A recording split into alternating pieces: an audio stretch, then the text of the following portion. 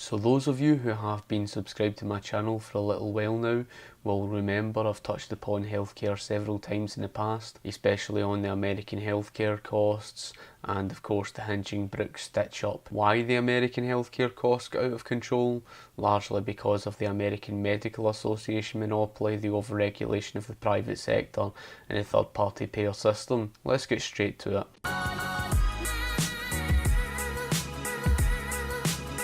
So what this guy doesn't touch upon, of course, is the fact that yes, there are higher tax rates in Great Britain, but the thing is the fact that you'll only get away with financing the healthcare system in Great Britain through so much taxation because you have to take into consideration the Laffer Curve. The high tax rates that people in those countries have as a result of these government programs.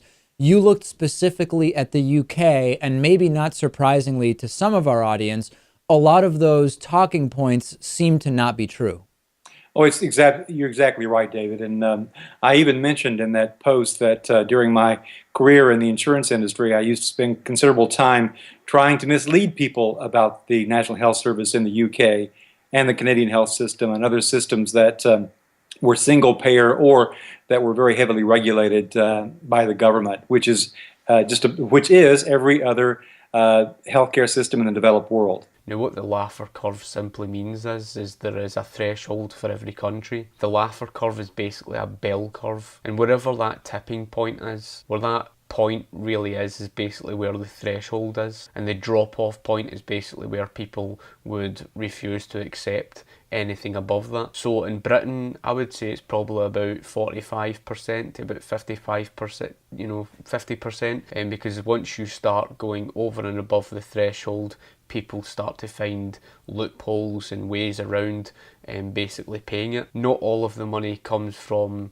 the taxpayers' money in order to finance the healthcare system. More than £120 billion per year is being thrown into the NHS, and even that fallacious argument they use in the United States to say, oh, people were paying out 95% tax rates in the 1950s in the United States. The accountants will tell you themselves the rich weren't paying out the 95% tax rate. Money has to come from elsewhere in the economy, and this is what he doesn't touch upon. Again, it goes back to that issue that I spoke about before.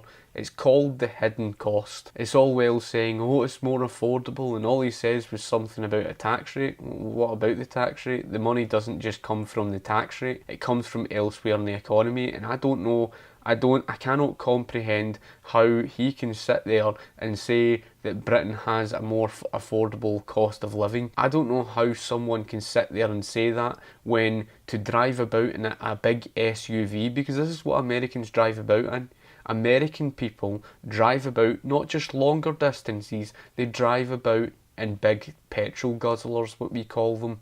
In other words, they drive about in big motors. See, if you were to drive about in a big SUV in Great Britain, you would pay more than £75 in petrol just for one day's travelling. You are paying for the NHS in Great Britain through not just taxpayers' money, but through all the other issues such as your cost of living, the costs it costs to basically drive about on the roads, the cost of your gas and electricity, the cost of everything else, and the real inflationary rate in Great Britain is higher than the so-called official figures, so the real inflationary rate is sky high. With regard to what we hear about accessibility of care, long wait times, etc., what's the truth about the UK NHS system? Well, the truth is that on almost every measure of outcomes and patient satisfaction, the UK is way ahead of the United States. And what I wrote about in that piece was first-person accounts of people who are either expats from the UK and have lived in the US, or people who have dual citizenship and have used both systems. And without any hesitation, they all said that they would much rather get their care in the UK. Some people said that even though they were living in the US, they would fly back to the UK to get care for a lot of reasons. One is the cost. It's much less expensive in the UK. And second, it's far less complicated. We have I guess, probably the most complicated healthcare systems on the planet. Well, there's the issue. What's it costing you to drive about in your roads? Is it costing you £75 in petrol to drive about for one day in a big SUV? No, it's not. It's $3 a gallon. You thought $3 a gallon was expensive? You haven't seen anything. I'd love to see you come to Great Britain and drive about in our roads, and why didn't you tell the people that it was costing £75 in petrol in a big SUV? Why didn't you tell them that? Oh, I guess it's because that's not important. It is important, especially when you've got your cost of living to take into consideration. It's an unfair comparison. You're basically comparing today's American healthcare system, which is disastrous. No one supports it. I don't support it. I don't know where you seem to get this idea from that someone who supports capitalism and a free market would somehow support the American healthcare system. I don't understand that logic. That's what you've boiled it down to. You've completely wiped aside anything else. You're trying to boil it down to two things, and that is a fallacious argument. You're trying to make people believe that there are only two options here, that being what America's healthcare system is today, as if to try and say that the American healthcare system's something free market and capitalist, when it really is not. The British healthcare system is nowhere near as great as what you're trying to make it out to be. And yes, if you're going to compare it to the American healthcare system today, then I'm really not surprised why the American healthcare system is neglectful and so costly. That's the reason why people are unsatisfied with the American healthcare system. It's not because of the quality of healthcare. The quality was not the problem in the United States. The problem is the neglect. The problem is it's overly expensive. Long waits, in many cases, those are kind of anecdotal stories that we hear about long waits. So if we put that aside for a second, particularly when it appears not to be true broadly either, when we look at outcomes, we often hear touted that in the US, in spite of the fact that we have a kind of employer-connected and or private insurance system as the predominant one, that the outcomes are actually better here. Are there some specific statistics or conditions that you can talk to us about that illustrate why that is not true? Well, you're right. The arguments against the National Health Service that have been put out by opponents here in the U.S. Are anecdotal. I mean, they are anecdotes, and they're done specifically to obscure the reality of the better outcomes. The Commonwealth Fund every year does an analysis of the healthcare systems around the globe and in the developed world, and they rate them as to on various measures, on outcomes, on accessibility, on cost, among other things. And last year, the UK system came out well ahead of every other system, and certainly well ahead of the UK system. They looked at 11 countries. The UK was first, and the US was 11th. Now, hopefully, the US will start to climb up because we passed the Affordable Care Act, and that survey or that work that was done by the Commonwealth Fund was based on the experience in 2013, and then the next year, 2014, last year, is when a lot of the provisions of the Affordable Care Act kicked in. But to answer your question, a lot of the outcomes in the UK are much superior to ours. One of the things that it's really important is access to primary care, which is much more readily available in the UK. And one of the reasons why they have they have better infant mortality statistics and longevity statistics. This is factually incorrect, and I would really love to see where you got that information from. From what statistics proved and from what they showed, even when you go back to 2014, and 2014 is no exception to 2015 or 2016 or 2017 or even what's happening this year or before then for every single year in record. Even as far back as the 1950s, the long waiting lines problem has existed. It wouldn't matter how much money you fling at the problem, that problem is not going to go away because it's a price information signal problem.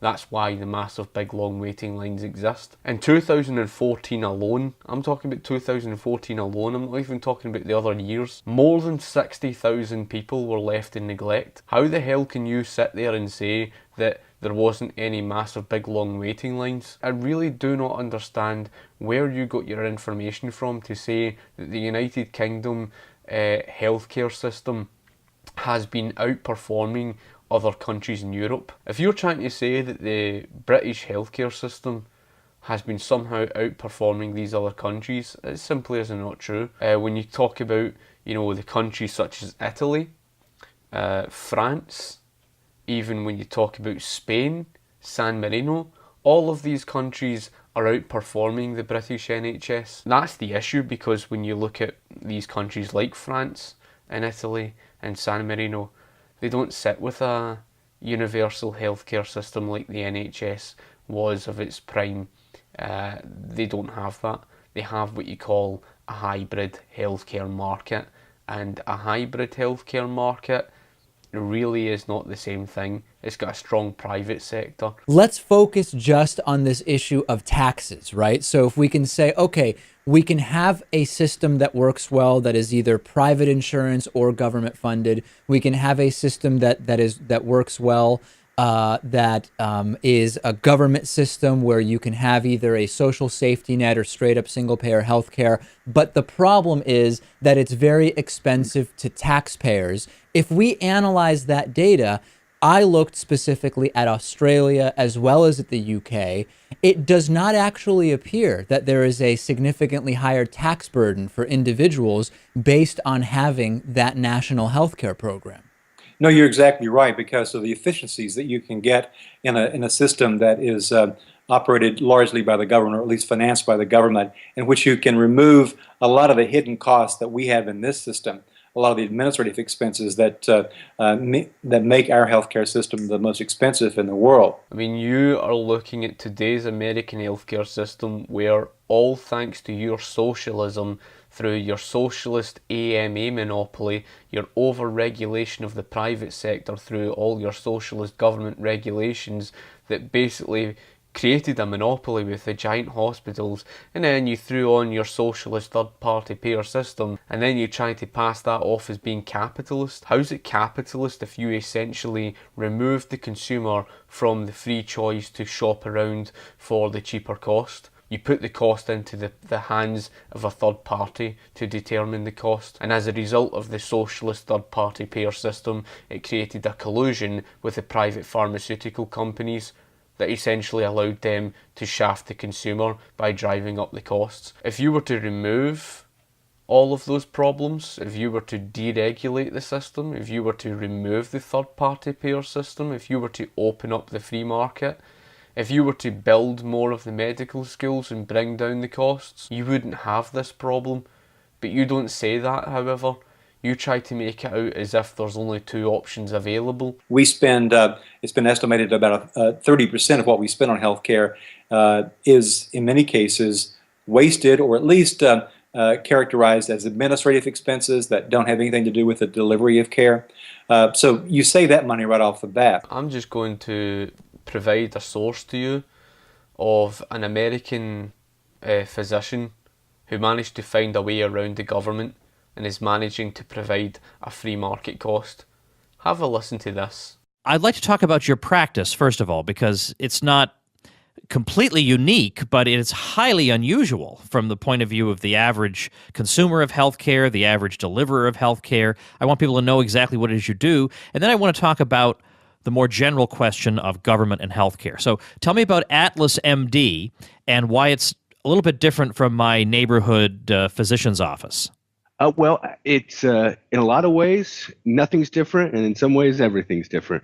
It's Marcus Welby medicine with an iPhone, because it's going back to what a lot of people remember from their doctor in the old days, where they worked directly with their doctor. There was no insurance. You paid in cash or chickens, and your doctor took care of you.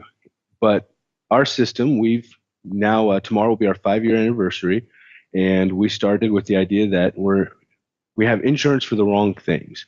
We don't have car insurance for gasoline or homeowners insurance for lawn care. We have health insurance for family medicine, the bulk of what most people need. And we were able to remove that middleman, the third-party payer. We structured it a little different on the billing side, so it's a flat rate per month based on age, just like a gym membership. And for that membership, you get unlimited home visits, work visits, office visits, technology visits like email, cell phone, texting, Twitter, Facebook, Skype, basically whatever we want, because now we're not limited from what insurance will allow or pay for. Then we have no copays in our office. Any procedure we can do in the office is included free of charge because that's what the membership is covering, just like any equipment in the gym is included at the base membership price. So stitches, biopsies, joint injections, ultrasounds, bone scans, lung scans, urine testing, strep throat testing, minor surgical procedures, all included for free. Then something else we do that makes us very unique and valuable is wholesale medications, labs, imaging, and pathology. So I can get, we had a perfect example recently. We ordered some blood work. We have our negotiated cash discounts of usually 95%. And a patient's blood work was accidentally billed through the insurance rate because of a computer mistake at the lab. And the price that they were quoted was $1,028. We ran that back to our system. It cost $39, a 97% savings by just cutting out the middleman. You see if the American people were paying free market costs for healthcare in America, the American healthcare system would beat the NHS hands down, because the quality of healthcare over there is just far better. And it's not just far better, the waiting times is better as well. So the waiting times was never the problem. The quality of healthcare was never the problem. The problem in American healthcare system, why it's so neglectful, is the costs. You wrote in the book that the US at one point was actually early in the 20th century going in the direction of single payer. And if I recall correctly, because it was similar to what our enemy Germany seemed to be doing, there was a successful campaign mounted to oppose going in the direction of single payer merely because it was similar to what our enemy was doing. Am I remembering that more or less correctly? You really are. In fact, we have been trying to reform our healthcare system for more than 100 years. It goes back to the administration of Teddy Roosevelt, who was trying to do exactly what you described. But there was a fear-mongering campaign that... Here's someone who survived, just a Nazi Germany survivor, Kitty Werthmann. He also nationalized our healthcare system.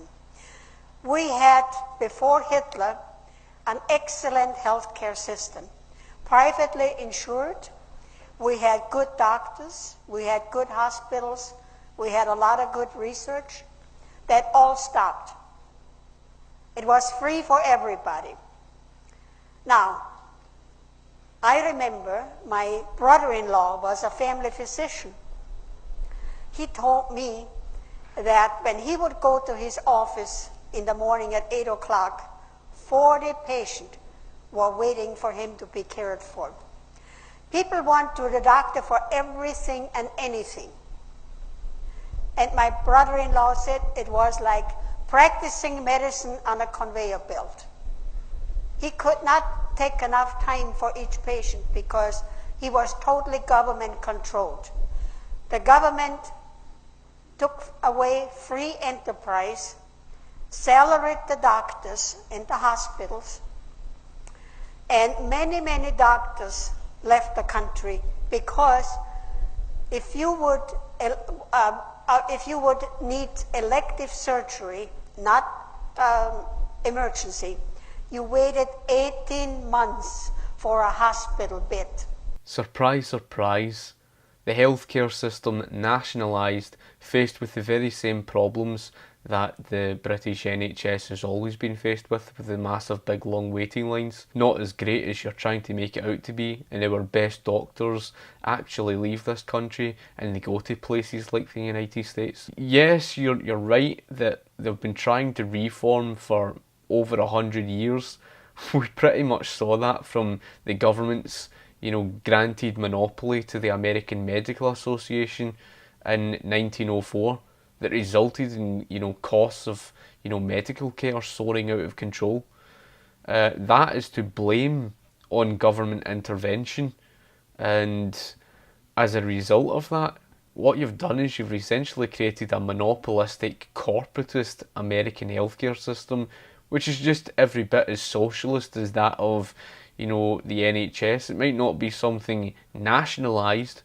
It's something that you try to trick people into believing that just because you've got a private sector that somehow it's capitalist. Things don't work like that. It most certainly is not free market. And yes, the private sector in American healthcare is overregulated. If you disagree, fair enough. Put your comment in the comment section below. If you, have anything of your own input you would like to put, comment in the comment section below. Like the video, share the video. If you have anything to say, like I say, comment. Thank you for watching the video, and I shall talk to you later. Cheers.